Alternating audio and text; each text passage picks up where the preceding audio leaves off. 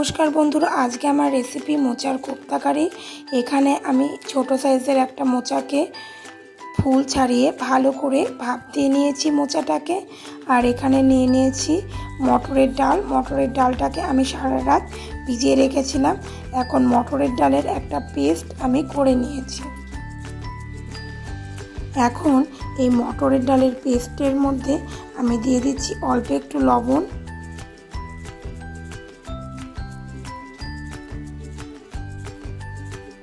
দিয়ে দেব হলুদ গুঁড়ো,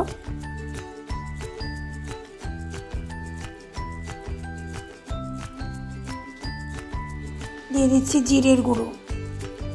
এখন প্রত্যেকটা উপকরণ দিয়ে মটরের ডালটাকে আমি ভালোভাবে ফেটিয়ে নেব।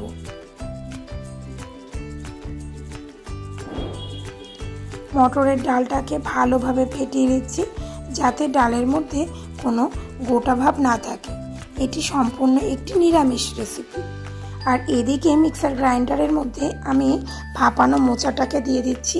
আমি ভাপানো মোচাটাকে একটু বেটে নেব।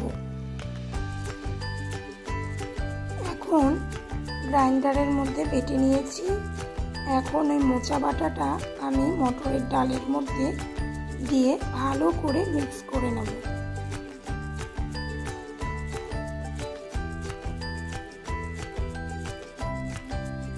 এখন ভালো করে মিক্স করে নিচ্ছি যাতে গোটা ভাব না থাকে।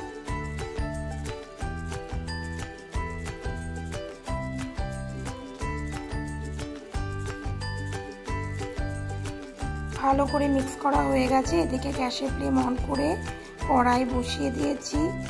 দিয়ে দেব সর্ষের তেল। তেল ভালোভাবে গরম হয়ে গেলে মোচার বড়াগুলোকে গোল গোল চ্যাপ্টা করে তেলের মধ্যে দিয়ে দেব।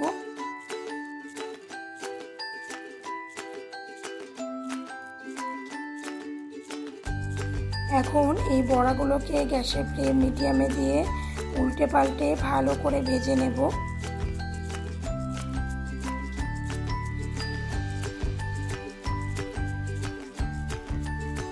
অল্প আর একটু তেল দিয়ে দিলাম। ভালো করে ভাজা হয়ে গেছে। এখন একটা পাত্রে বড়াগুলোকে আমি একে একে রেখে দিচ্ছি। এখন দিয়ে দেব কড়াইয়ে সর্ষের তেল। তেল ভালোভাবে গরম হয়ে গেলে দিয়ে দিচ্ছি 5 ফোড়ন,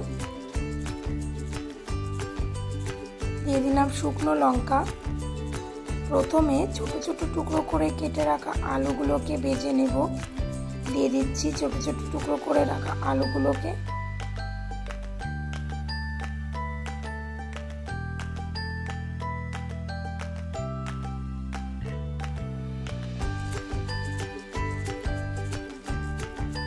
এখন দিয়ে দেব এর মধ্যে স্বাদ মতো লবণ,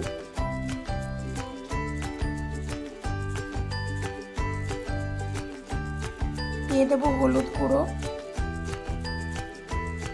দিয়ে দিচ্ছি লঙ্কার গুঁড়ো। এখন হলুদ, লবণ আর লঙ্কার গুঁড়ো দিয়ে আলুটাকে ভালোভাবে ফ্রাই করে নিচ্ছি।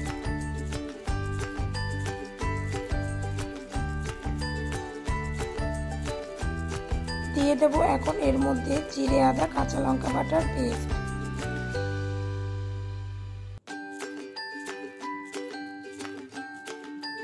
দিয়ে দেবো মশলা ধোয়া জল। জলটা দিয়ে ভালো করে মশলাটাকে কষিয়ে নেব যাতে কড়াইয়ের গায়ে লেগে না যায়।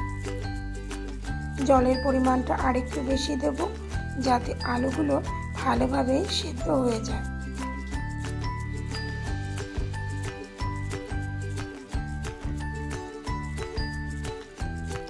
জল দিয়ে দিলাম আর একটু। এখন এর মধ্যে দিয়ে দিচ্ছি অল্প একটু কাশ্মীরি লঙ্কার গুঁড়ো। ভালোভাবে নেড়ে চেড়ে দিচ্ছি। এখন আলুগুলো সেদ্ধ হওয়ার জন্য একটা ঢাকনা দিয়ে ঢাকা দিয়ে দিলাম। 10 থেকে 15 মিনিট পরে ঢাকনা খুলে দেখে নিচ্ছি ভালোভাবে আলুগুলো সেদ্ধ হয়েছে কিনা।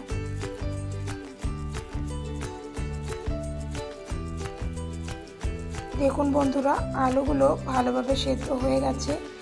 এখন এর মধ্যে দিয়ে দিচ্ছি মোচার বড়াগুলোকে। একে একে মোচার বড়াগুলো দিয়ে দিলাম।